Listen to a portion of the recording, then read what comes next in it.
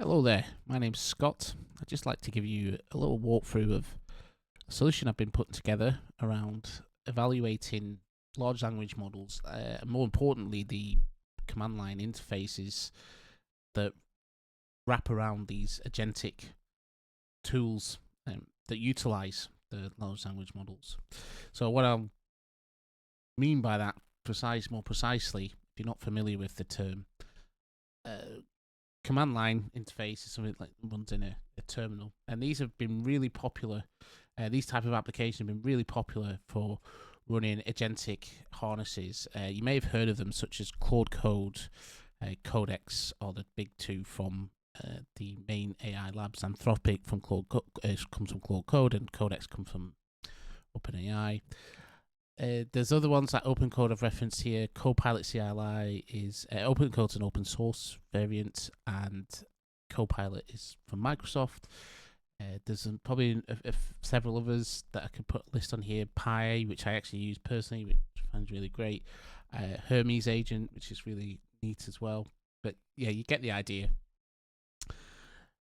Goose as well. That's another one I probably should have called out. Although I've not tried that myself personally, I do see a lot of people utilising it. And these tools, as I say, they wrap around a large language model. So we have an inference provider, like OpenAI, Anthropic, or you might even be hosting these locally.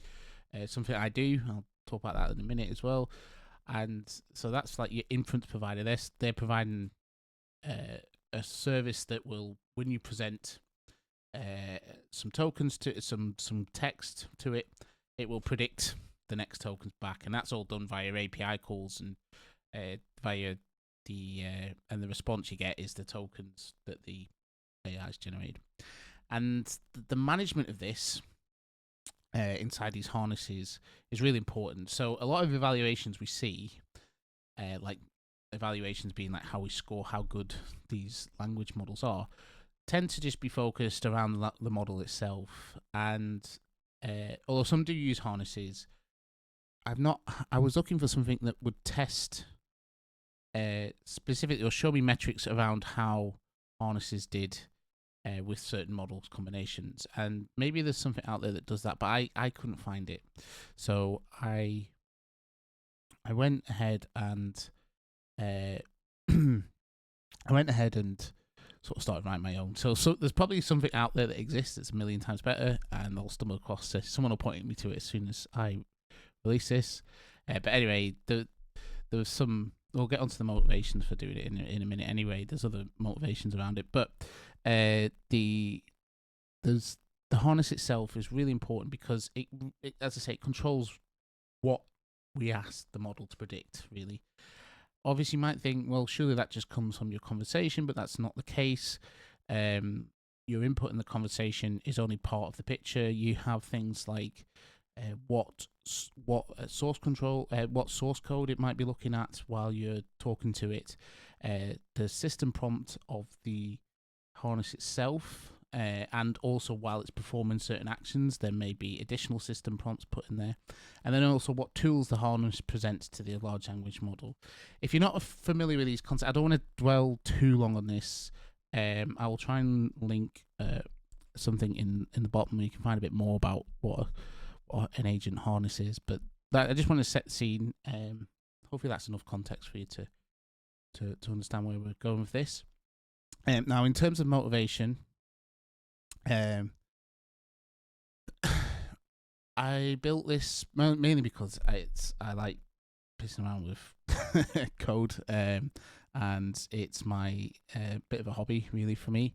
So I don't code anymore in my day job as much as I would like to, apart from like maybe the odd script and a bit of mostly just a script or two that I'd run. I don't they don't let me loose on production code much anymore, so I don't get to do that as much. So but I still find enjoyment in doing it. So yeah, I like working with AIs. Don't get me wrong, but I also like the act of coding. So I do that as a bit of a hobby, and having projects like this, especially in and around a topic that I find fascinating like AI, is really cool, and gives me the motivation to pick up and work on these things, and see them through to the end as well because yeah, how many things have we all got on the cutting room floor the way we started a project and it's not gone anywhere? And yeah, if it's about something that I'm really interested in, then it's likely to see it through to the end. So I also another side of it, I mentioned this briefly, is I love the idea of running AIs locally. I think the advent of large language models and some of the capabilities they've given us are brilliant. And I think having the ability to run that locally and have that be part of your ownership of that, and not having a dependency on other companies continuously on like a subscription is something that's really important to me. So working with local models and working with like I spend way too much time tinkering with like my local hardware setup, which is really underwhelming, but I still love playing with it. And the past year or two has been maybe about a year ago.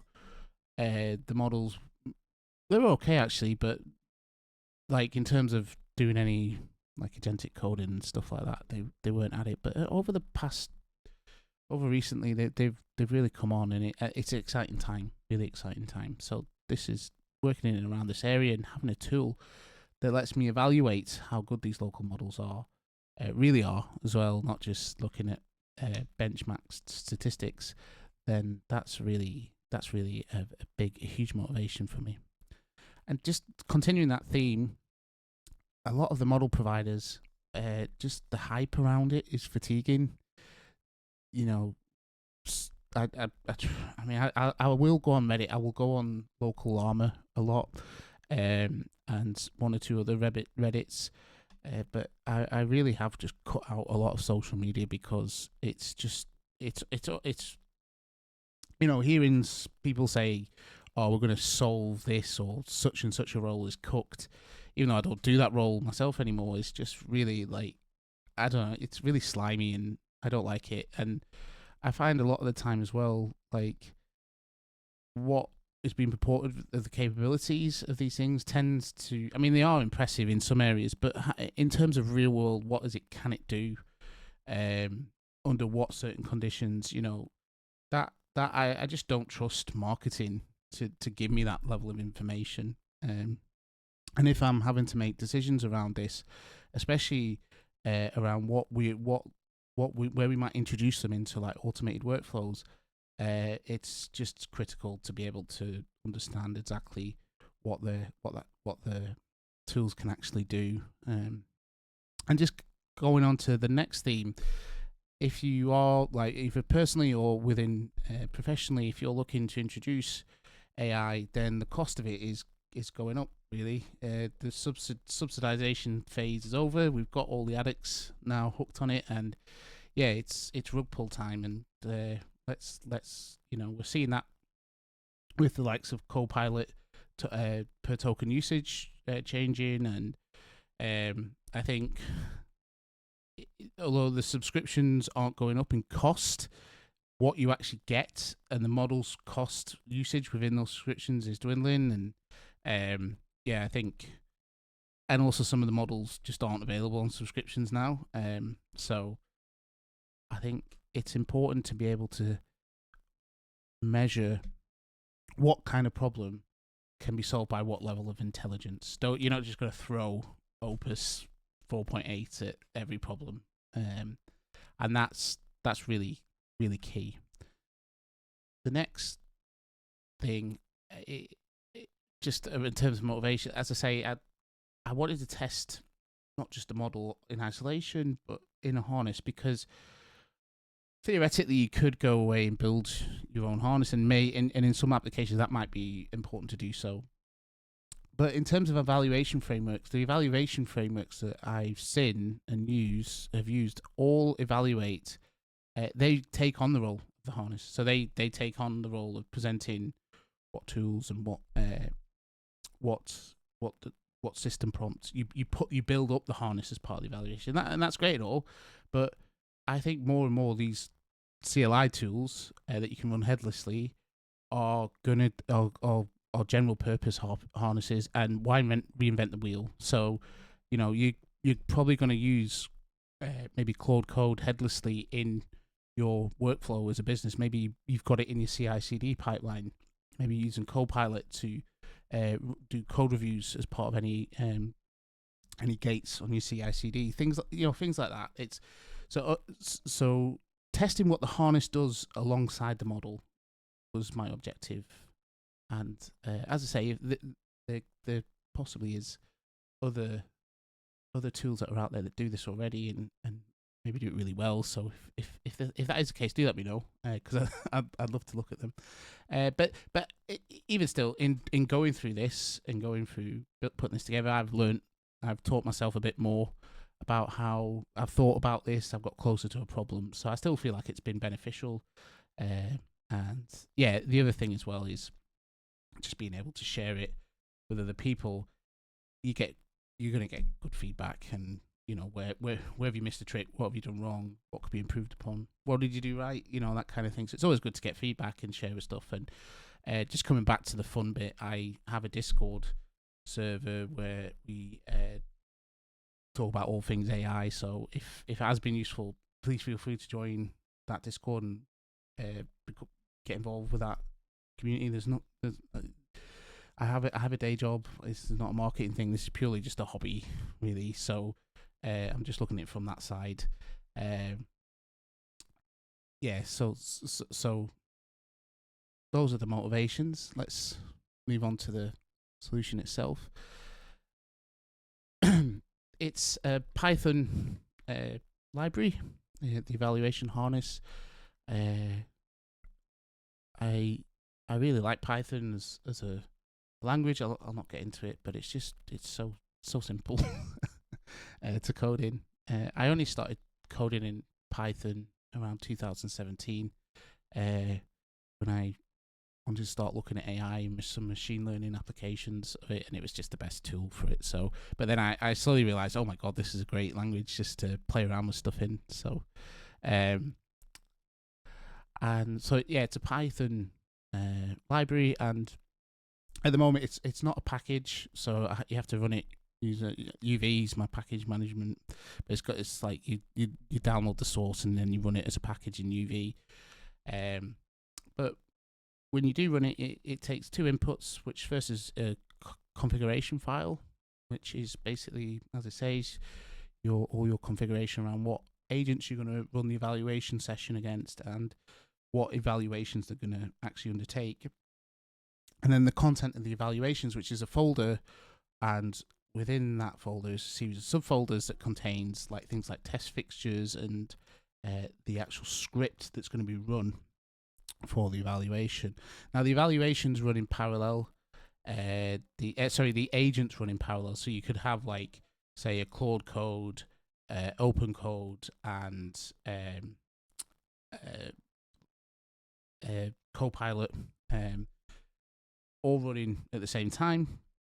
But for each agent that you've configured in the evaluation session, the evaluations themselves run in serial. And that's primarily, I could make that parallel as well. So your like Claude instance could run all let's say there's all five evaluations at once. But my primary use case initially was local, and I'm limited by how much inference I have. So I haven't multi-threaded that side of the solution just yet, but maybe that's something I'll work on. So there is a degree of multi-threaded in there, but it's primarily per agent. So what happens when a script is picked up from the evaluation? We spin up a Docker container, and then we take the Python methods in the script, and we'll talk about what that looks like next. And we inject those as Python C subprocesses inside the container. And what that effectively means is we're running Python scripts inside the container. Now, the scripts tend to utilize a component called agent shell. And that's another library that I've written That's open source as well, free to use. Like, just it's MIT license. It's just something I found useful and thought other people might find useful as well. And what it does is abstract the specific code needed to call these different types of agentic harnesses into a single extraction layer. So when I'm writing the evals, I'm writing the calls out to a specific adapter, such as a specific harness. I'm writing it out against agent shell, so therefore I don't have to per eval write specific claude-code, opencode, or Copilot subpros logic, and instead that's all contained within agent shell. So that's an abstraction layer, and that's really nice because that just means I can inject, at the point I fire this script, I can inject the fact that this eval configuration has told us that this particular loop is running against claude-code, and the eval code doesn't get impacted at all. Okay, and once we've fired that script off, what comes back is the evaluation score and the total tokens. The evaluation score is derived from logic held within the script, and the total tokens is returned to us from agent shell. There is a layer of abstraction, so we have to roll up, because of the nature of the behavior of the different adapters, we have to roll reasoning tokens into the total tokens, so they're factored in. So you just get total tokens. And the harness then processes all this and produces results.csv or JSON, which is configurable, and a log files. So the log files are generated in real time as we actually stream some of the responses back from the agent, so you can monitor it, or you can have an agent monitor it. And there's individual log files per agent, and then there's a full session log file as well if you want to kind of piece everything together. Like maybe if something's gone catastrophically wrong, that's useful to look through. There isn't any. So there is a TUI at the moment around when the evaluation's running, but once it's run, there isn't, like, you can't go in the TUI and view that. That's something I might look at later, when I want to, when I have some spare time to build that in. But I was figuring a results.json or CSV is useful enough for me at this point. I can just have an agent vibe code a nice little presentation. Maybe write a skill around how you, sorry, not write a skill. Just write a UI to put these in. The key thing for me was more. I'd probably keep it as CSVs anyway. But yeah, that would be something that would come next. As I say, it's the anatomy of an evaluation. It has 3 methods, and this is straight up stolen. I've changed it to borrowed, but it's stolen, let's be honest, from a pattern called arrange act assert, which, if you're familiar with unit tests, I just use this because this really made sense to me for building unit tests. Professionally, when I was writing code, I don't think I was the greatest. I certainly didn't do test-driven development, that's for sure. But when this concept was explained to me, it really crystallized. This is a good way to think about it. And really, you structure your tests into an arrange phase, which is like your data set, getting everything ready. Your act phase, where you actually invoke your business logic that you're looking to test, or whatever logic it is within the code that you're looking to test. And then the assert, which is after you've invoked your logic, did the outcome equal what you were expected? The only thing to call out, assert is a reserved word in Python, so I've had to change assert to score. There. One thing to call out, if you remember, we're injecting. We scrape these methods. I'll talk about this in a minute, but we scrape these methods and we inject them as Python-C commands as sub-processes in the actual container. You can see here, for example, in this one. So as part of that, we have to make sure everything's lazy loaded into the phase. So, for example, because I'm as part of this arrange phase, we're cloning a GitHub repository. I need to, as a sub process, I need to import the sub process library here to sub process class to access this. Okay, well, actually, it's a library, not a class. So the sub process. So let's talk a little bit about this. So the arrange phase, as I mentioned there, we're gonna import this.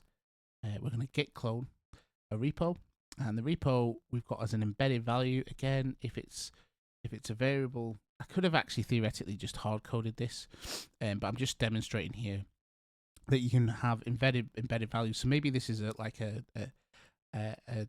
text file or something as well, and you can inject those into the actual script. So we've got the repo URL, and that's been used here. I'd also have like a repo reference, repo directory. So we clone the Git repo, and then what we do is we remove the remote connection, just so that anything the agent does can't push back to that actual repo that we've got from GitHub. And then what we do, we call agent shell in the act phase and ask the model to run the tests for this repo and fix any bugs. So what we've done actually, this repo we've got here, it's a fork of a popular Python repo called Inflection, which is a string manipulation library. I think it was ported across from Ruby on Rails into Python. It's really good for string manipulation. So I forked it, and I've created some bugs in it, and then as such, so 34 tests start to fail. You see a broken test down the bottom, and what this means is that when the agent runs those tests, it sees those broken tests and it knows it needs to fix them. So that's what the act phase is essentially doing. And then we come to the score phase. What we then do is we actually take the original set of tests that are in the repo. The reason we do that is because the agent may have changed the test to fix them, and then we run PyTest against. We run the tests, and then we see what the score, the amount of tests that failed, and we build a score against that. So because we knew there was 34 broken tests, we do get we put into like a little XML report the results, and then that allows us to measure the number of failed tests, and then we have this failed variable, and so we can take the broken test minus the number of failed, right? So let's say that failed number is 0, so it's fixed all the tests. So broken test minus failed. I'm just going to move my face because I'm in the way. Let's move over here. Okay, so we've got failed. So 0 minus 34 divided by 34 is 1. So you would have, which is it's a fraction. So you get maximum score there. Whereas if you're if all 34 tests failed or more, because we do a max here. So if you go into negative, we bump it up to 0. So if 34 tests fails, just for argument's sake, this would be broken test, which is 34 minus 34, divided by 0, divided by 34, which is 0 divided by 34, and that's obviously 0, or lower, and then we bump it up to 0 if it is lower, and then that gives us a score. So if all the tests are failing, we're at 0, which is bad. Sorry, if all 34 tests are failing. So there is, I mean, it's not it's not watertight. So maybe the 34 tests that we asked it to fix are now fixed, but maybe other tests are failing, in which case it would still score poorly. I argue though that it's a regression then at that point, and so yeah, as we're trying to stay deterministic in all this, there isn't any. I've avoided the temptation to use language models as judges thus far, and that terminology, if you're not familiar with it, is there are evaluations where you can ask another AI to look at the answer or the output of the AI being evaluated, and sort of give it a rubric for scoring how well it's done, and let the AI come up with the scoring. I've avoided that because I just think I think I don't know how long I can avoid that, because as these AIs get better and better, the ways in which we evaluate them may have to become more and more become more and more advanced and complex, and you may just have to bring in artificial intelligence for that, and lots of people do successfully. So, but I'm just not there yet with my stuff. So I talked a little bit about the fact that we scrape stuff. So we have a method here called method to script, and that method to script is basically going through the evaluation file that you've produced, and it's scraping the methods for act, arrange, and score, and creating a nice little script that can be run as a Python C command across on the container itself. So what this means is when we run the arrange phase first, which sets everything up, and then we run the act phase, which calls the agent, and then we run the score phase afterwards. And what this means is anything to do with score, any of the logic, any of the fixtures, anything we change in the container doesn't happen or isn't placed there in the container while the agent's being evaluated. So it really keeps it isolated. It's not even in memory, and it just means we have a clean environment to work with. So that's just something that I wanted to articulate there. I have put together some examples evals. So each of the example evals, firstly, are quite easy for agents, especially the good one. You know, like if you're using some of the really powerful large language models out there. The reason for that though is they're primarily using public repositories or working on challenges that have already been solved, that are readily available in the public domain, and therefore likely within the weights of the training data. But what I wanted to demonstrate is patterns that you can then that I can use, and then other people can use if they want to utilize this to build their own repo. So it was really just a way for me to think through how I would like to structure these, and then once I've got those patterns, put these examples in, and then people can reference them, and I can reference them, or agents can reference them when we're putting together over evaluations in the future. So I've talked about the bug fix one there. We also have a schema field definition one where we ask an agent to look at two repositories, the Sailor and Spree, which are e-commerce based code bases, and we just want to build a schema field mapping between the two models that are held within there. We're mapping the order entity, and then we just have a CSV file with a column of fields and entities from Sailor, and then we have empty columns for destinations for Spree, and then also some logic around whether it should be like whether it's a literal mapping or whether it's doing some transformation or something like that. So there's just some logic there, and really it's a pattern, and we also built a helper around reading the CSV files, so that it just I say me, or maybe me and the AI at some point. So we've put the helper in there, and it's a pattern for when the outcome is you're asking an AI to populate a CSV with to fill in the blanks on a CSV. So that's where the pattern comes from as well. The next one's like new features with some automated tests as a grade. So for this example, I've used Rust as well, because I just wanted to demonstrate using a different Docker container image. So we've got the base image, which has Python in there because I need Python to execute it anyway. So it's fine for like Python-based tests. But really, you know, the idea behind this is I or others could use it for private proprietary stuff, or you might want to measure an agent in how well it performs on a certain language, and the world isn't built on Python, so we need the ability to extend what that container can support in terms of dependencies. So we're using Rust as an example here. So we put Rust up we take the base image and then we also install Rust up.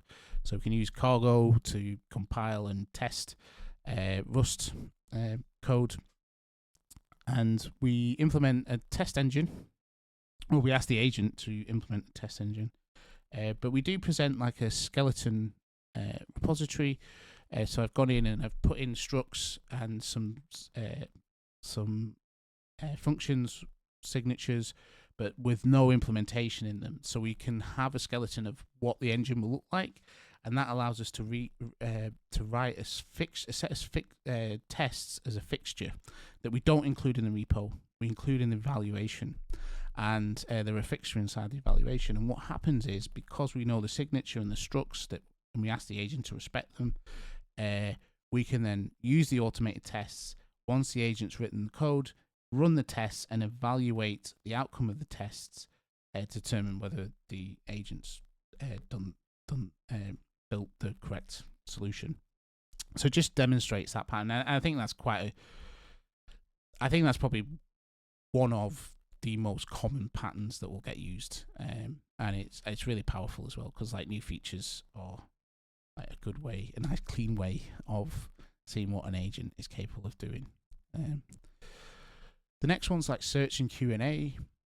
This one was really Forgetful is a knowledge-based system.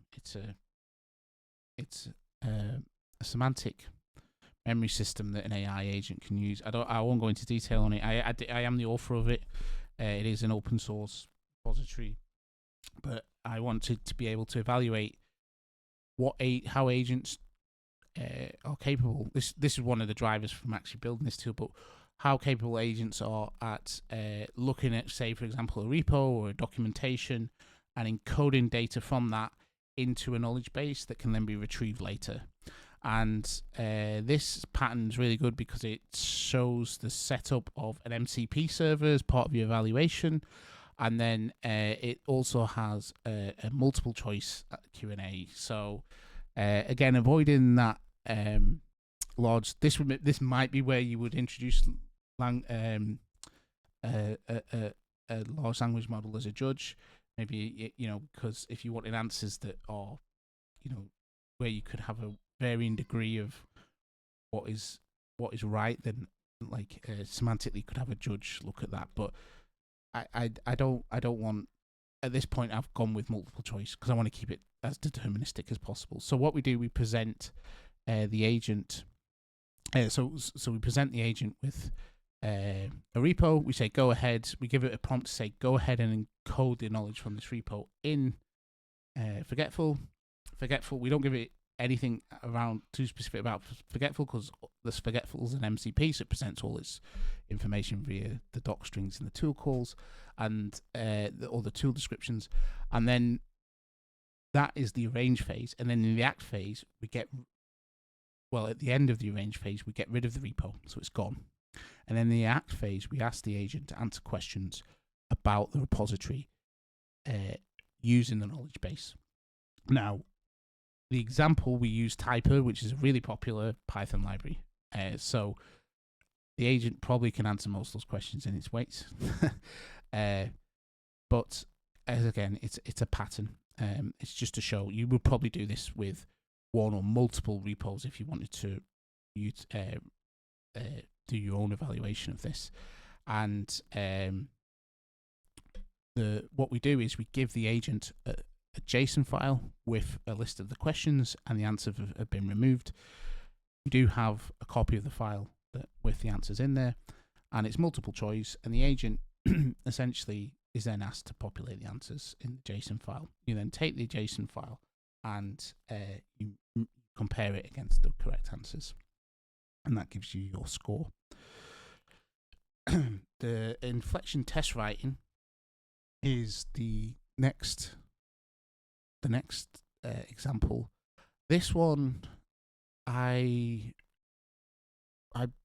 can't take credit for this one. I asked, I wanted to see how. So Fable was recently re-released, And I certainly had these 4 patterns already, and I was like, I tell you what, let's see what ideas it could come up with a new pattern. And it came up with, I mean, it's a Claude model, so it came up with about 50. But most felt really brittle, especially from a when you're trying to keep it deterministic kind of way, or just maybe just too complicated for me, for my small brain. So, but this one stood out because it really felt like, yeah, this was a nice way we could measure things. And what it effectively does is it's the inverse of the inflection book, the one that I went through on the last example page. And this pattern essentially, you take the inflection test suite, you delete it, and then you say to the agent, can you write a series of regression tests for this code? And then what you do is you then take the agent's new artifact with the test cases in, and then you run, you mutate the code a little bit to break it, and then run. You do this several times, and then you see the impact of these mutations, and see how much regression tests start to fail, and you measure based on that. And I thought that was a really nice way to do it as well. So that I thought was cool, and I I went and then asked if able to write it. Didn't like what it wrote, so we'll get onto that in a second. But yeah, I to be fair, I think the guardrail stuff, especially if you're trying to work on, there's a lot of guardrails around Fable where I think it dumbs itself down or refuses to answer. I didn't get it where it was refusing to answer, but it just seemed to be doing some really dumb stuff, and I think it's because I might have triggered the fact that it thinks I'm working on for a rival or something because I'm working on evals. Perhaps, I don't know. That's just me with my tinfoil hat. But it wasn't. It really struggled. It went ahead, for example, and just completely ignored the agent shell side of things and was like, "Yeah, I'll just write code for calling out to claude-code specifically, or I'll just write code for calling out to opencode." And I was like, "No, we've got agent shell already. We can use that abstraction." So yeah, kind of had to do an intervention there, and that was a bit disappointing. But I've only tried it with Fable. I could probably try it with other agents, but it did give me an idea, and that was, I need to really write some skills for this repo to explain to agents first what it is, how to use these patterns. So I went ahead and wrote some skills, and then I thought, what I need is a way of, I need to think about how I can evaluate which agents are good at writing evaluations for this test harness. So I wrote another pattern, which is for eval generation, but I think I need to do a bit more work in this area, because at the moment I can only write one for a scoring routine. And what we get is we get an agent that essentially, we ask an agent to write a scoring method that would score a submission of a piece of code to see how well it's done, and so the outcome of a theoretical other agent. And what we do is, so we ask the agent to we create the scoring method. The agent creates it. We then take that scoring method, we run it against an example that's really good. So that gives us like our golden, yep, this is brilliant. And then we run it against an example, 2 bad examples, right? And we take the average of the 2 bads. And now what should happen in an ideal world, the agent should score the golden one as like 1 and the bad one's 0. But anywhere in between, and how closer together they get, then that's where our discriminator comes in. So we take the bad score and remove it from the good score, and that gives us the end score. So if the agent scores like a bad submission really well, then they're going to likely end up with a low score. So that's the idea behind that one. I still need to think about some of the other phases like act and arrange, and also maybe the wiring between the two and how agents think about can understand that. But that's probably something I'll take away and work on incrementally around this. But it gives you the idea. I think I've got some patterns in there. The principal motivation around this, of doing this and releasing it as like an open source and sharing it, is because if in the hope that other people pick it up and sort of give either suggestions of other patterns or improvements on these patterns, or pointing out where I might be going wrong with them. So that's the principal motivation. As I say, I think technology moves forward really well in the open and in the public, and I think that's because of collaboration on things like this. So this is really that's my hope for this anyway.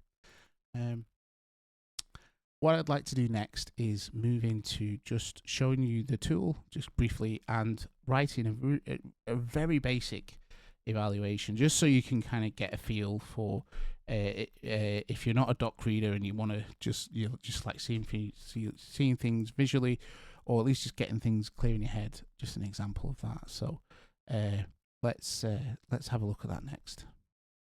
Okay, so we're in the terminal now, and on the right hand side I've opened the GitHub repository readme.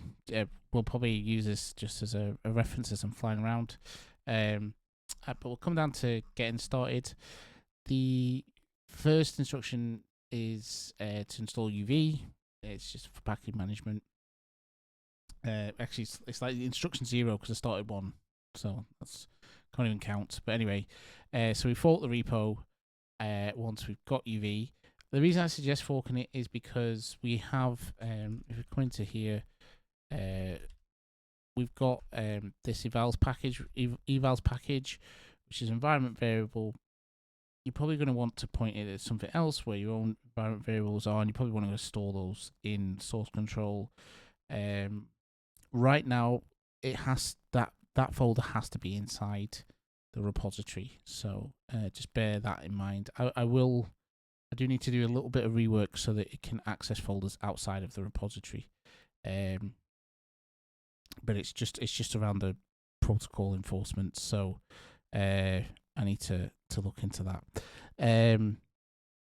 So yeah, I think forking, I imagine people will want to fork anyway to get this working. So once you've done that, you can just UV sync just to get things going, and then it suggests replacing the example folder with your own evals. I'm not going to do that just yet, but as I mentioned there, the evals folder, these contain all the Python scripts and so on and fixtures for each of the example evals. I'm going to add a new one as part of this, just so you can get a feel about what that looks like. And then you want to it then suggests running update evals.json. So if we bring that up, we have this is what our config file looks like. It first lists the evaluations that we're going to run. All of this can be found in a lot more detail here. I won't cover that just now, but do have a read at what the eval configs all mean. So we've got eval configs, and then we've also got agent configurations down here. But essentially, just think about it. This is saying for the session I'm going to run, these are the evals I want to run, and these are the agents I want to run them against. Okay. And then if we go back, once you're all done, you want to then build the Docker containers. I'm not going to build the Docker containers now, but there's 2 containers to run for mine at least. You may extend this. The containers are used. The only additional one I've shown an example just to show the pattern of using a Rust specific container, which just has some additional dependencies, so you can run Rust in it. So, but you would build your build your 2 containers. So if we just take that and go ahead and do that, but mine's already built. So and you do it for the Rust one as well. So we do that. Okay, right. Oh, right. So once everything's good, we can just go ahead and execute the harness. pane. Now, if I wanted to specify a different evaluation config, just before I do this, there is, we do mention down here, there is the ability to specify an argument pass that can be passed into the main function of a destination for eval file. So I actually have some additional eval configs that I just use for while I'm testing things. I'll probably do some of it as well. So probably add these to like a get ignore folder for people to store their configs and stuff like that. But then again, actually, if you forked it, that's probably the way to go. So you can just manage your eval configs in here. But it will default, if you don't specify one, it will default to this evals.json. Okay, so we're now going to run the actual process. So if I do uv run main, as I say, we're going to default to evals.json. It's telling us there's an output directory that it's utilizing here, which is basically the date time with a GUID that's been generated for the session GUID there. It's telling us that we're using evals.json and the results are going to come out as a JSON file. We then have our model and harness combinations here on the left hand side, along with the status, which is currently processing for all. I currently have a setting of max parallel processes is set to 4, so everything's processing in parallel at once at the moment. We then have the number of evals that has been processed, and then the total time and total tokens utilized so far. At the moment, this just updates when we get an update from the eval count, so it's not like constantly running because we're only timing the time that we're calling the agents. So I wanted to kind of factor that in. I didn't want to, have any sort of ignition time being factored into an agent's time score. So there we have, and then we have total score. So this is what we get when we're processing. So as we're processing, if we want to look at what's going on, we can see from the output directory. This is configurable as well, where you want this to go. But we get, let's just extend that a little bit. We get a log file for each of the agent harness combinations that we're looking at, and then we have also one big session log, and the session log is just a combination of everything in here plus anything sitting outside the individual agent runs. So if we get any anything unhandled occurs, any panics or anything like that, that'll get dumped into there, and we can sort of use that for debugging purposes. If we look at an individual run, we can sort of see that we're just getting information back that's being printed by the agent in the docker, by the Docker runner. So some of that is like we're seeing what phase we're in. There's a little health check as well. So for any agent model combination, if you have an agent that is unhealthy, so let's say we don't get a response back, we'll flag that at the top, and then we won't try and process any further evaluations for them, because I've fat fingered the agent config. So I won't try and waste time trying to re-evaluate each time against that particular agent. But this one is healthy, and we can see it's currently calling the act phase on the evaluation bug fix that we're in. So we can follow along and see what's going on. We can see what's happening with GPT-5, etc. See what's happening with opencode. Copilot does have a bit of a bug. I have logged an issue in there. It's basically every it's an issue in agent eval, and it's just the way it's managing the streaming of the tokens, the streaming of the output. So but theoretically it's all there. Maybe get an agent to read this one for now. Okay, so wonderful. Right, we can come out of this, and close this for now, and we can see now that we've got some actual results coming in. It does take a while. We're asking agents to go off and fix bugs and so on. Obviously depends on what sort of agent, what sort of inference provider, how long this will take.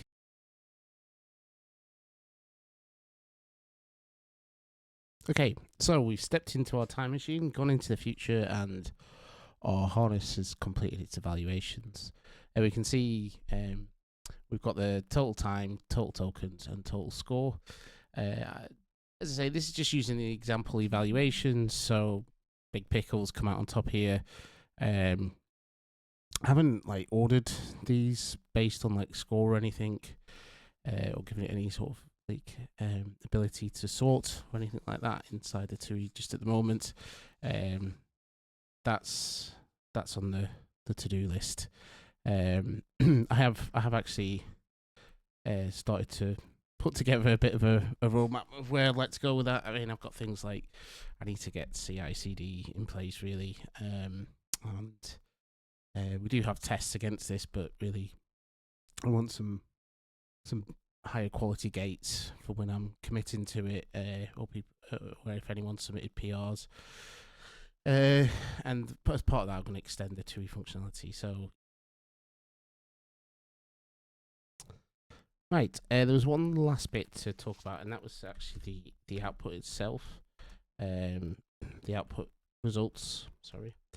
So we looked at the log files, but if we want to look at the actual results, there's a JSON file that is output. You can have it output as CSV. We'll just load up this JSON file.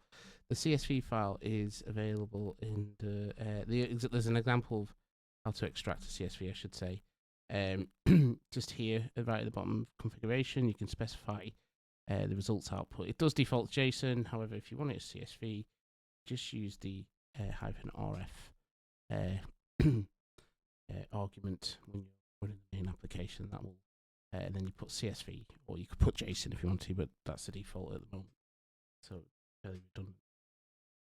So this is the output file. It's just JSON at the moment. So as I say, if you wanted to like have it a bit more presentable, you could just ask an agent to build maybe like a static HTML website presenting it all in a columnar format or something like that. Should be fairly easy to do for an agent to parse these. I've played around with some myself, but at this point, there's if I want to include anything part of this library, I'd want to I wouldn't want it just to be vibe coded. Really, something I'm going to maintain it. I need to understand it. So I thought my idea was about doing it in the TUI, exploring the TUI, and maybe then having a nice little parser as well that generates an HTML file you can load up in the browser or something. Right, so this just offers a little bit more insight on the per evaluation actual data. So we can see here we're looking at the codex one. We see the sort of high level score that it got and so on. Then you've got the actual evaluation executions. So we can see here we started with the inflection bug, and its total score for that was 1.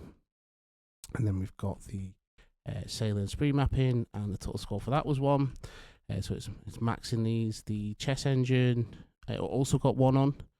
So it's got like 100% so far. Then we get to the inflection test writing, and it's called 0.75. So this is the first one it didn't get a perfect score on.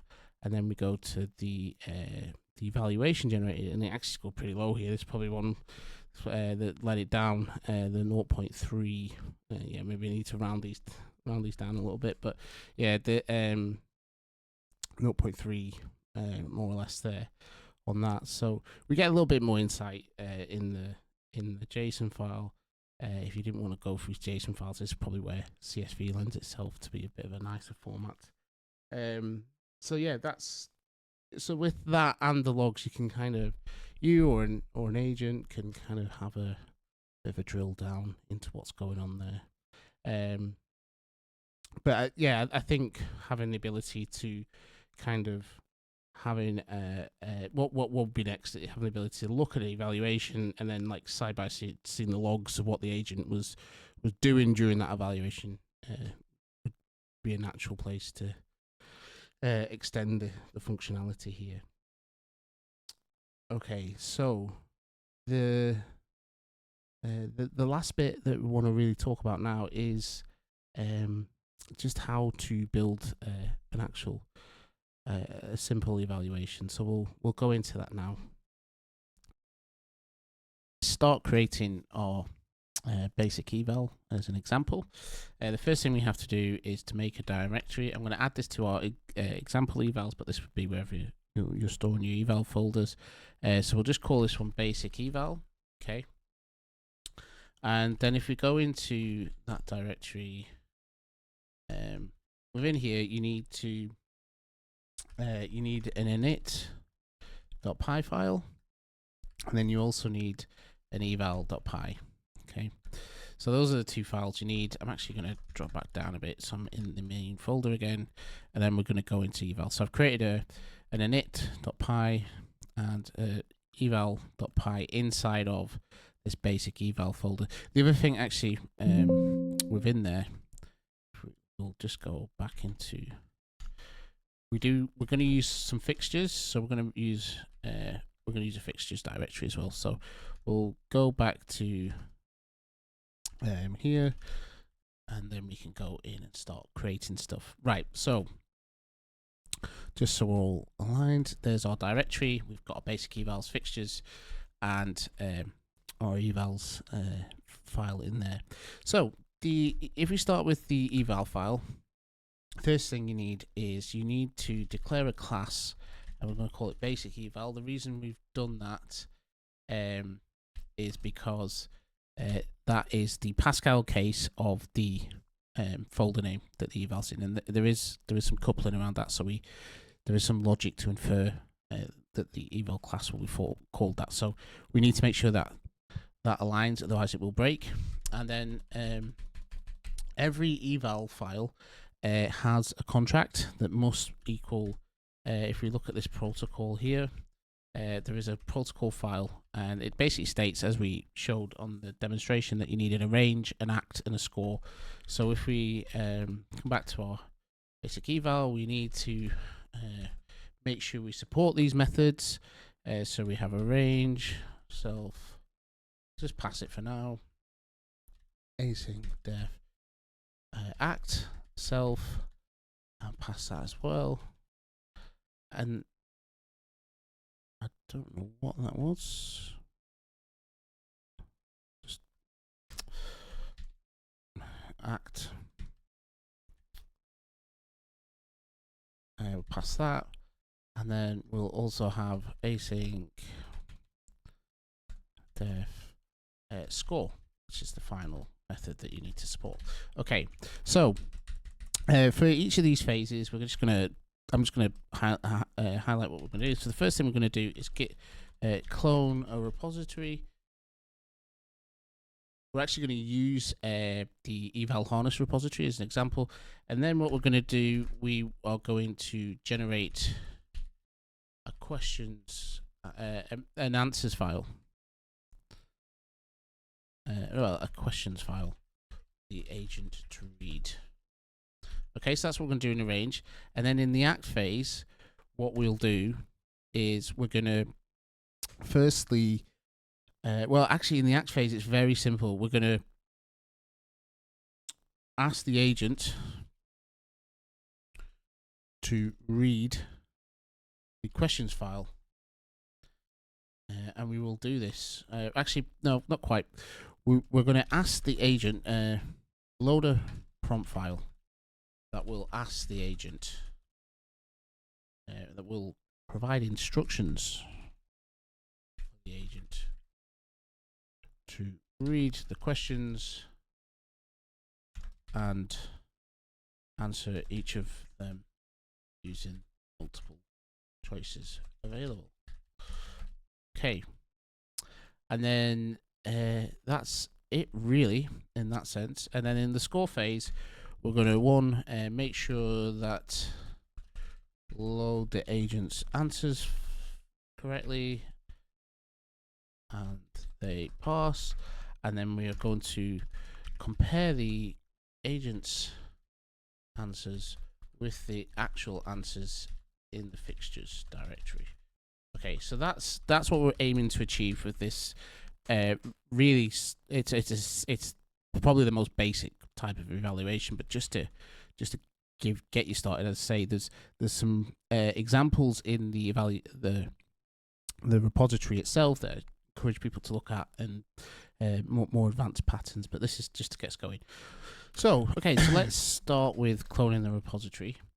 We need to clone the repository. We need subprocess because we're going to be running a git command. So we run subprocess.run, and you pass in the subprocess. Essentially, you pass in a list of the CLI command that you want to run. So it's a list of the strings that you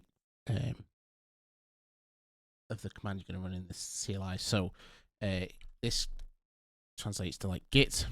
I'll do -c, and then what I like to do is, because we're going to be doing this evaluation against a specific commit, I'm going to we're going to be detached from head, and that generates a warning. So I'm just going to set this to false, which is it's just a little bit annoying for the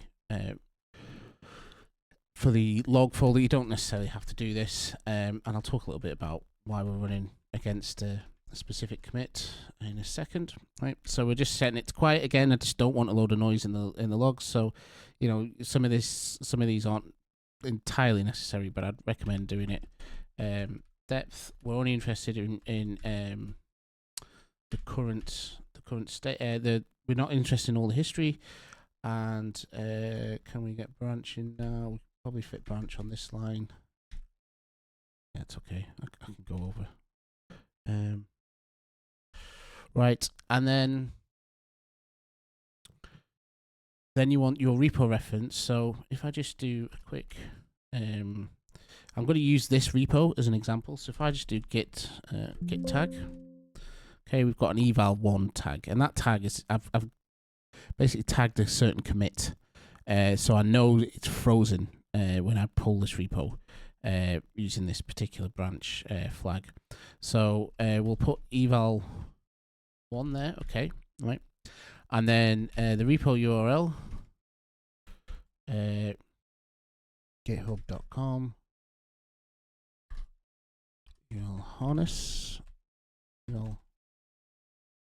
Should have just copy pasted this, shouldn't I? Because I probably misspelled this.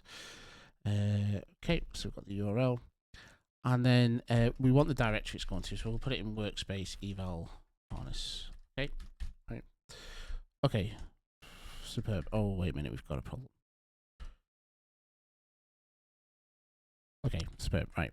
So the other thing I'd just probably do here is I'd just probably dump a print statement, cloning eval-harness repo, just so any of the print statements end up in the logs. Cloning completed. Just so I know, for the purposes of debugging, we know where we've got to. Okay, right. So next we need to add 2 files to our fixtures directory in order to complete the arrange and act phases. So the first file we're going to add is the questions.json. Okay, and then we're going to add the prompt.md. Okay, so we've got those 2 files added in. What I'm going to do, I'm going to just copy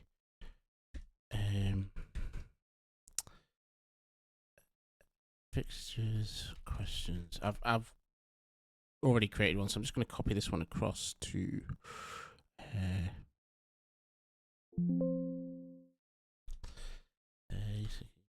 fixtures.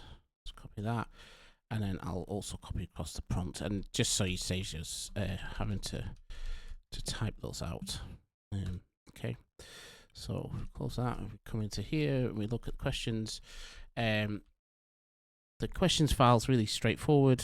We've got a questions, so it's a questions object, and then it's a list of actual questions. We've got an ID, a question, choices, and an answer. Also, I've got like a source, so where I just found that as part of the actual building of these, if you're building up like quite a complex list of questions, then tracking where your answers are is just something useful I found. So sticking a source in there, you don't need to stick it in, but if you do have I just find it useful, so I kept the source thing. I'm just showing this in this example, and then also there's answer a second question here. So the two questions we've asked is very straightforward, and that's, does eval-harness have a dependency on pydantic and pydantic settings? And the answer is C, it has both, but we give it some just pydantic settings, neither, but the answer is both. It does depend on both. And yeah, the source for me was just I was checking the project toml file. So the second question is, for parallel processing, can all evaluations process in parallel? Right? And the answer, the options are yes, you can process all evaluations for all agents in parallel. No, all processing occurs serially. No, agents process in parallel up to 3 agents at a time. And then the final one is, and this is the actual answer, is no, agents will process in parallel based on the configuration settings, max agent concurrency. Now, I will call out, so the answer here is D, but we're just trying to understand if the agent can understand the nuance of the various, the behavior of the solution. So it has to check in a few places as to what's going on. Maybe we're by doing this, we're giving them too much information. I don't know, but that's kind of like, you know, that's really up to, that's the sort of nuance you want to figure out as you build these evals. And I think that's kind of the fun bit as well, as you build them and try and you see how agents find stuff and how they explore. You come up with ways, and you understand, you gain more knowledge of the various what the agents are capable of and how they operate. So, but yeah, that's the for the purpose of this is just the questions that we have. Okay, so we've got a questions file, and just while we've got a prompt file as well that are just instructions telling it to look inside a workspace and read some questions, and then you answer with multiple choice, answer with it from one of the multiple choice options. So it's just instructions for it to basically populate this JSON file. Now you might be wondering, well, the answer's already there, but we're going to strip the answer out, okay? And what happens is, if we come back to the basic eval, what we're going to do is we need to bring in the questions file and write it to the directory, but we don't want the answers there. So in order to do that, we're going to just set up a questions variable here. Right, okay, now we set it here, but we set it to blank. However, we do need to populate it. So we do this by using the embedded values functionality that is discussed in the README. And what we have is for each phase, so in this instance, the range embedded values, we have a dictionary of values that we want to bring in, okay? And in this instance, we want to read the question. We want to populate the questions variable, okay, that we've declared up here, and we want to we're going to populate that using a helper, okay. And this helper is I'm just going to show you very briefly. There's a helper file here for file reading, and we've got one called read questions. And essentially, what this does, it takes a file, and then there's also a Boolean flag called whether to include the answers. And it reads the file name. If you don't provide a file name, it will just assume questions.json. Although actually, it's you have to provide a file name, so it's kind of redundant that actually. And then if we take the data, we load the data in JSON. And then we perform just some validation, make sure there's no duplicate question IDs, and also we also make sure that that the answer is actually one of the choices provided, because that's like an obvious failure point as well. And then finally, we just have some validation here just to make sure that if we include answers at this point, we return the file. But if we don't, we've got some additional logic to get rid of things like the note column, the not the column, the property, and then also set the answers to blank and pop out any sources as well. Now, the notes column is just I've not actually got it on this example one, but you can have notes in there just if you want to add some reminders maybe about what the file is and so on. But I've just kept it very basic for now. So yeah, this helper is just going to allow us to parse this file really easily, and so we don't have to reuse this code every time we're building an evaluation. We'll just come back to here, and we have to include the helper here. So it's from src.helpers .file helper, import its read questions, right? Okay, and we'll save that. Okay, and then we can just go read questions here and pass in questions dot, well, so let's call it eval file equals file, it's not questions or JSON, and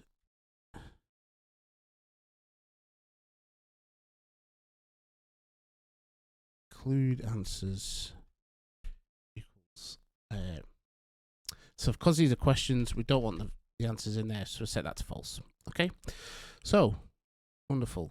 Now that we've got the actual answers, we've got the questions loaded into this variable that we can now use in this this arrange phase. Okay, so that's useful for us. So that means we can essentially write these to a directory that we want the agent to read.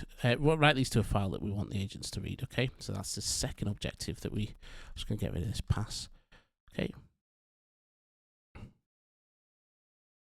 so what we can just do, I'm just going to make sure firstly that we have the workspace. If it's not there, exist okay equals true, then it's likely to be the case because so we're complaining about OS because we haven't imported it, so I need to bring that in. So let's import OS.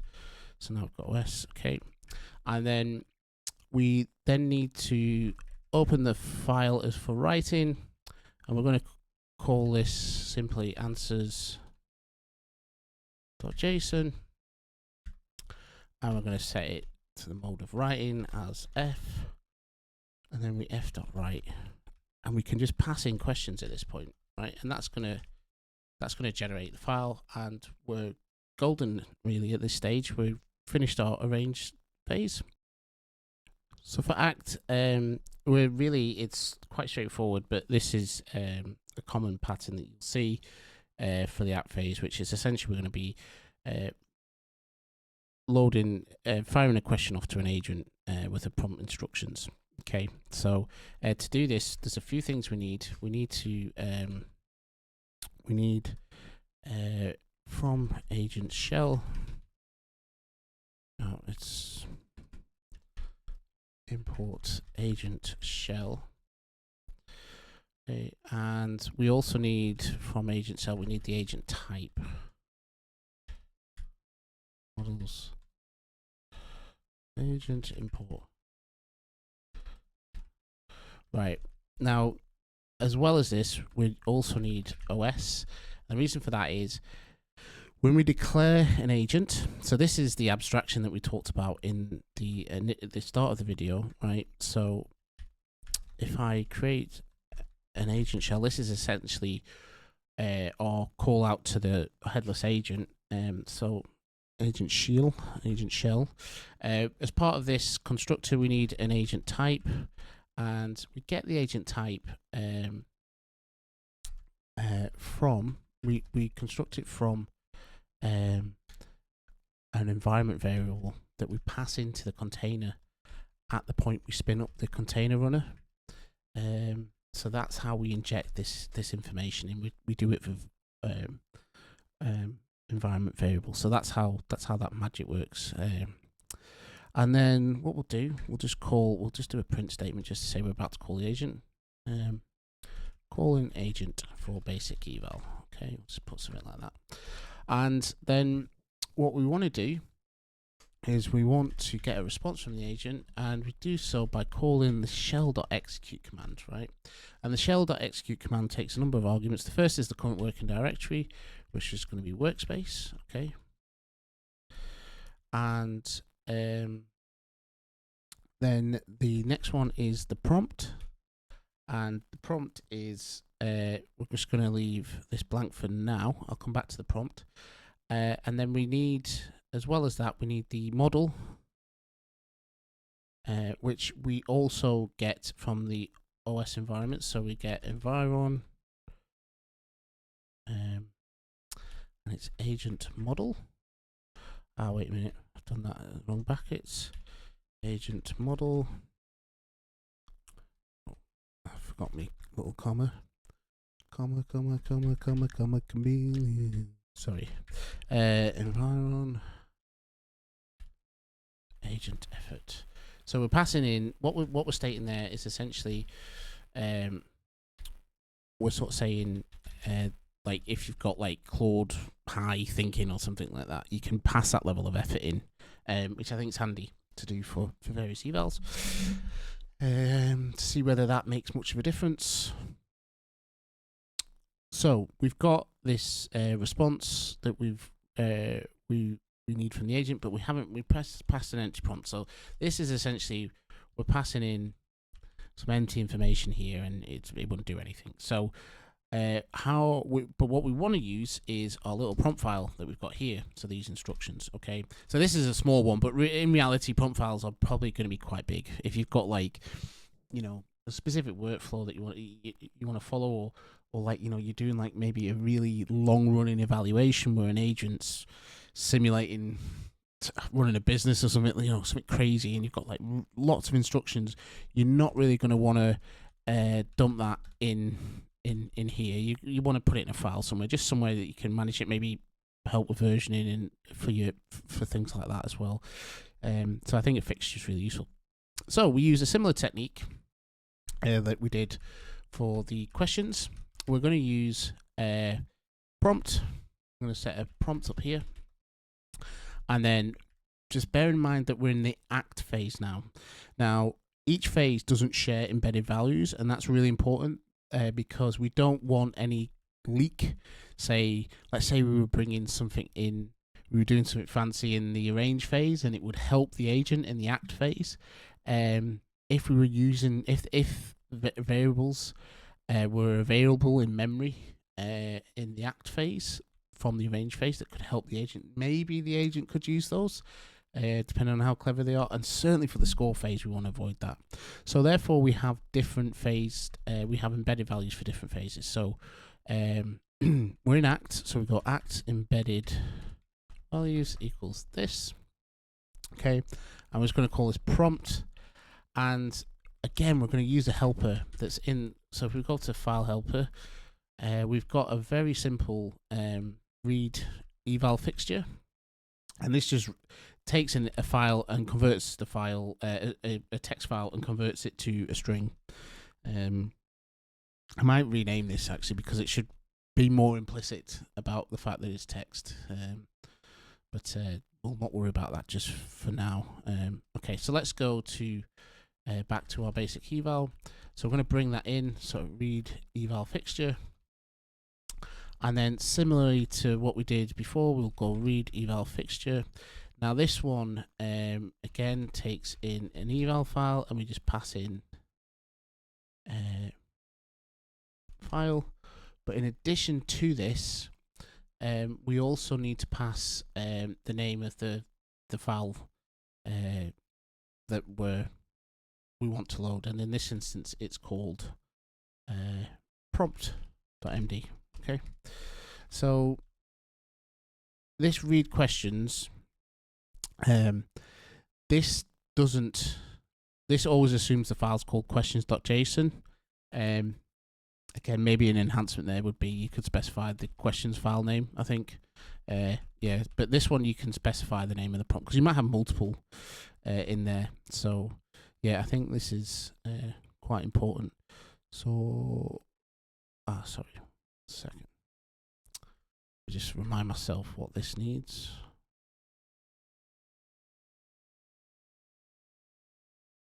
relative path. Okay.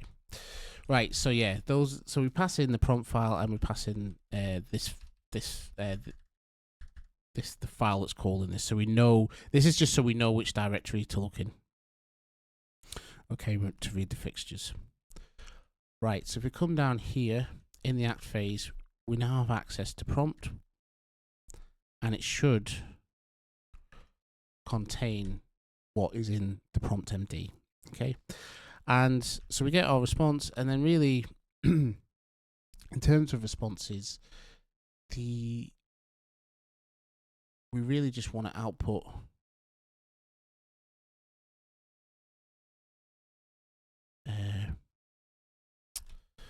we want to print the agent's response, but then I think as well, some examples I put in, like printing the session ID, which I think can be helpful.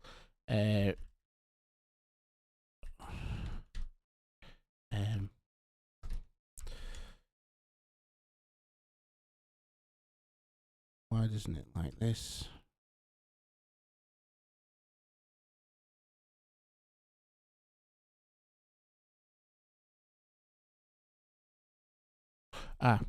Because I forgot to await. There we go. Sorry, silly me. Yeah, so it's an await here that you need to. Right, and that kind of rounds up the act phase. Not much really going on there. Really just telling the agent, read this and follow the instructions. So let's move on to the score phase. Okay, for scoring, we need to make sure that we can load the agent's answers correctly. So we'll start there. So we'll need the operating system. We'll need, oh, sorry, not and. And we'll need JSON because we're going to load the file. So for the file, we want just a little guard just to see if the file exists. So if the agent hasn't written the file, then we want to penalize it really, because that's bad. JSON, that could be a failure mode of the agent. So really we would just say, just give it unable to detect failed file, answers file. Okay, so just give it a little, and then we probably print, eval score equals 0, 0. And why this is in, that's missing plural. Why this is important is because the eval score, this is like a tag that we use. I think that maybe the right phrase, it's an identifier that we use for when we're looking at the output of the container. We're looking for this tag and the list of responses, and that's how we know where the score is. So we need to pass this every time we're failing the agents because of something the agent's done incorrectly. Okay, so the file may actually still be there, but there might be problems with it. So the next thing we need to do is try and parse it and just see if there's any kind of issues that we might have. So if you think about that, we might have like operating system issues, a value error, a key error, type error, something along those lines. Something where the agent's like really and not, maybe a malformed JSON file or something like that could fit into that. So we just print here enable. We'll just do this Z. Enable to open agent answers.json.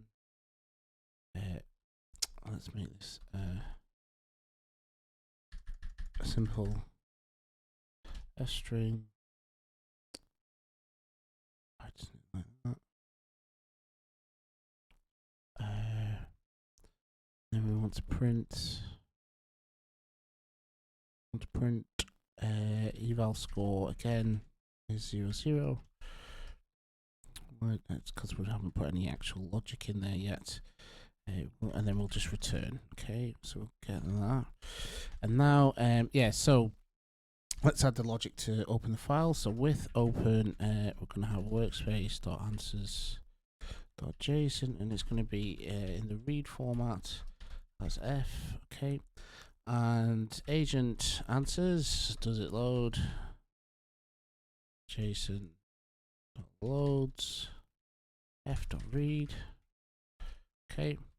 And then finally, what we want to do is parse the answers into like a little dictionary of answers and IDs. So agent answers, just make it a little easier for us to traverse this. We're doing the comparison, so we'll take the ID of each question, and we'll take the it's a dictionary, isn't it? So a.answer. Okay, and then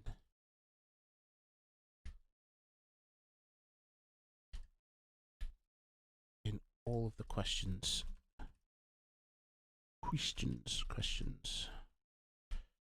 Right. So it's going to complain about that because we're not using it at the moment. Right. So we theoretically have our answers, and if we don't, we're failing the agent at this point, at least on this evaluation. So returning a 0. What we then want to do is compare the agent's responses to what's actually been to what the actual answers were. So what's in our answers here. So we want to compare whatever the agents put against these two values here. Okay. So to do that, we'll need to keep track of the correct score the agent has. So we'll just put that there, and we'll do another try. We'll think about the first failing mode, which is if the JSON doesn't pass on the fixture file. This is a little different. So this is our bad, and we shouldn't be penalizing the agent. But what we should be doing is failing the actual. We should be failing the evaluation, but not providing a 0 score. So we should be raising a runtime error in this case, which will bubble up and fail. Like the whole thing will fail, and we'll have to investigate it because we know something's wrong here. So invalid answers.json file fixture. Okay, so I'll do that. And then the other thing, and then we'll just have a general one in case anything else happens. Sorry. And we'll raise runtime error scoring. Error scoring basic eval agent.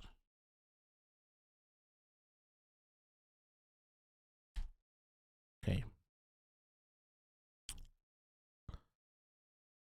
And right, so what we're going to try and do is we need to load our answers. So if you remember here, we've got our questions, but now we need our answers file. So it's very similar to what we did in the arrange phase, but we're going to have another. We're going to have answers. Okay, and answers is going to come from read questions eval file. It's very. I mean, I could have probably copied that from up there, but this time we're going to just change this to true because we do want the answers. Okay, so and we need to add answers up here, so we've got access to it, and then we can come back to here and we can sort of say so our scaffolded answers are JSON.loads. Okay, so we've loaded our answers file, hopefully. And now what we need to do is come up with a score. Right, so we just loop through for each question in the answers file, the actual answers file, not the agent. I've called it scaffold to separate that. But we go in and we get the string of the agent's answers dictionary get. Okay, and we need to get the equivalent ID, so we match on the ID. If it doesn't exist, strip.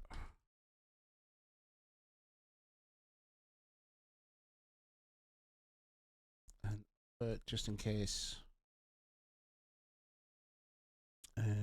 the agents used a different casing, I don't want to discriminate on that.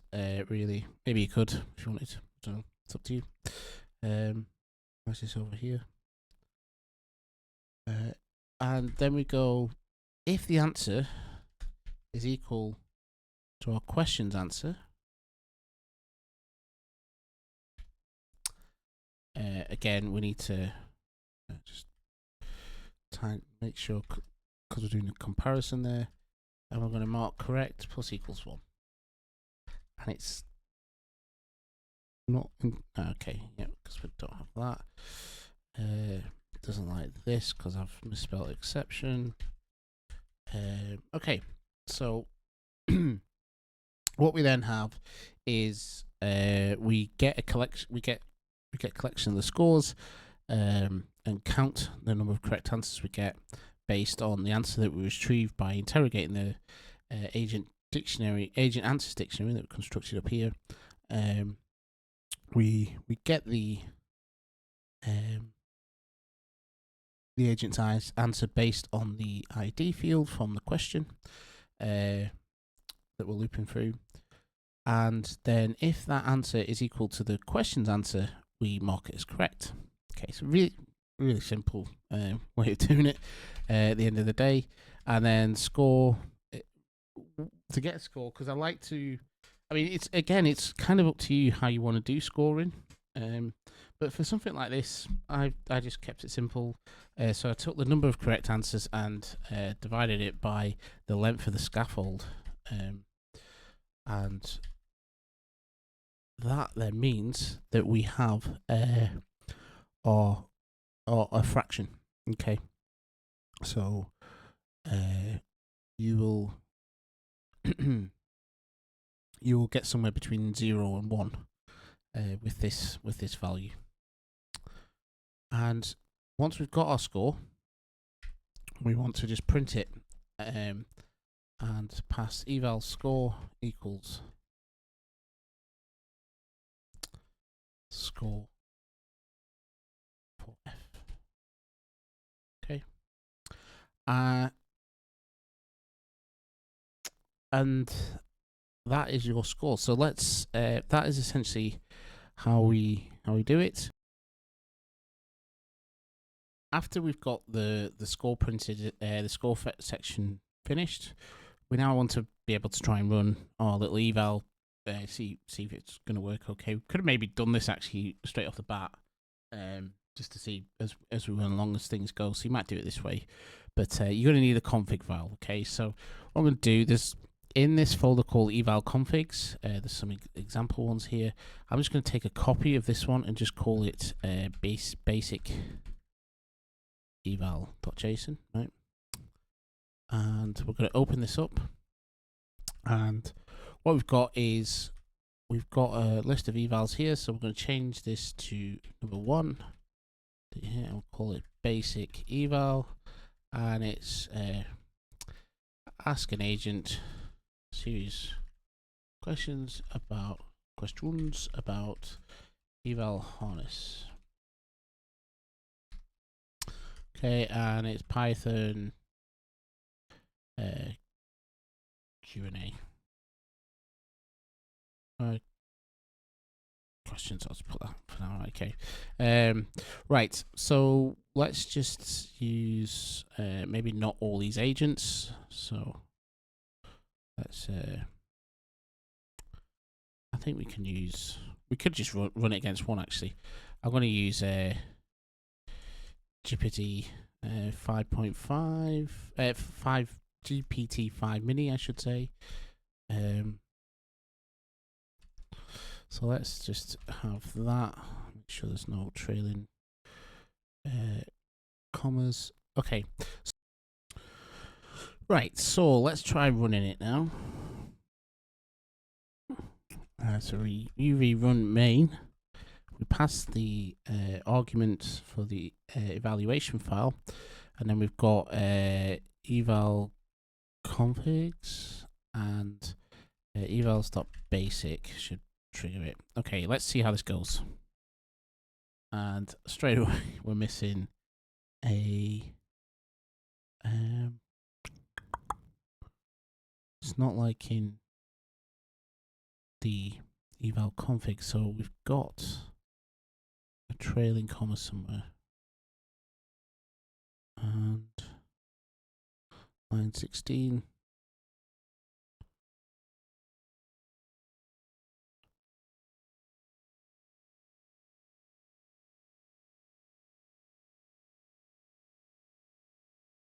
It's because we're missing this.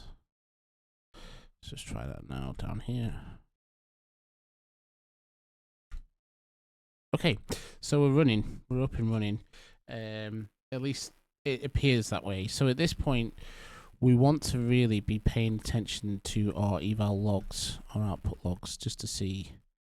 Let's include hidden folders, output. So let's go to our latest down here, and we can see it's okay. So we've had a failure. Let's have a look. Just delete that. Example evals, basic eval has no attribute basic eval.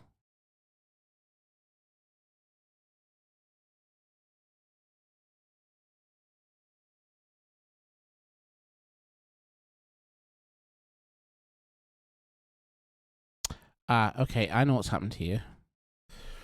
Right, what's happened is when I missed a key step.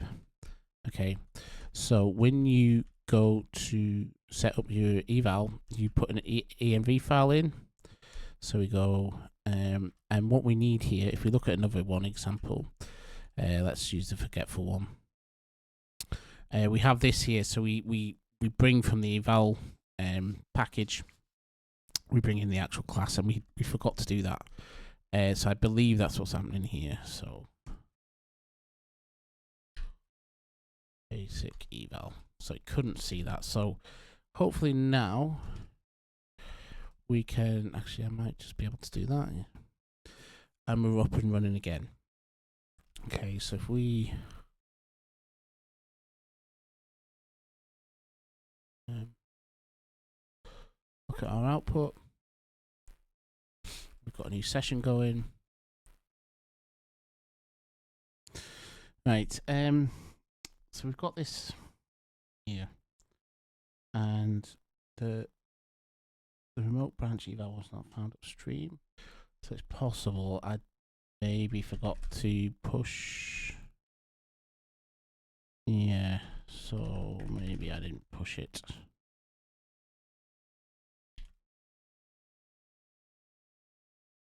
Okay,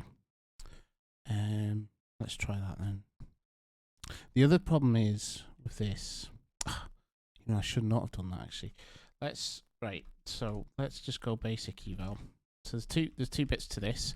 The first is, right, when we cloned this repo, I made an omission here. So I didn't do check equals true.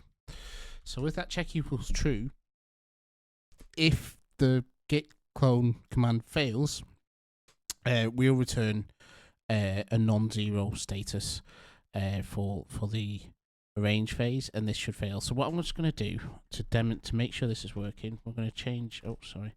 I'm going to change this to this. Okay. Then we're just going to rerun. Sorry. I'm going to rerun. Main.py if eval configs eval basic .json. Right, we're going to run this now. What should happen? We should now get the same issue, but we hopefully failure.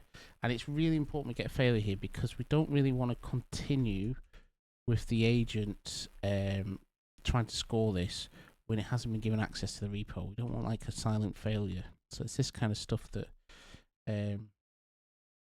will trip us up ultimately. Okay. Right, excellent. Okay. So we've got a failure there. And we're just seeing that the git command exited with a 1 as opposed to a 0. So that's good, and that means that the harness will pick up on that and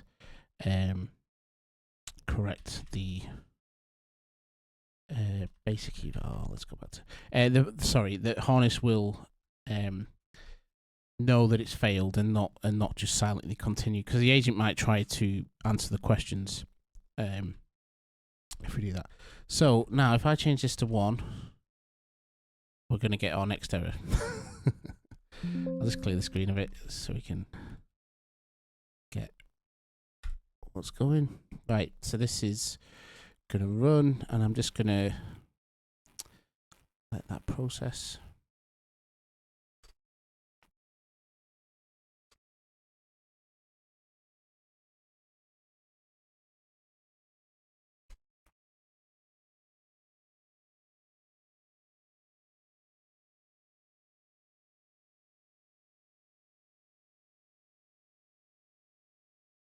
Okay, so we're all completed now, and that's our basic first eval completed. So we can see the agent scored a 1 in it, and hopefully you found that helpful if you decide to use this repository yourself, or even if you don't decide to use it, give you some ideas about some of the challenges faced by putting this together, and maybe some inspiration to build your own kind of stuff around this.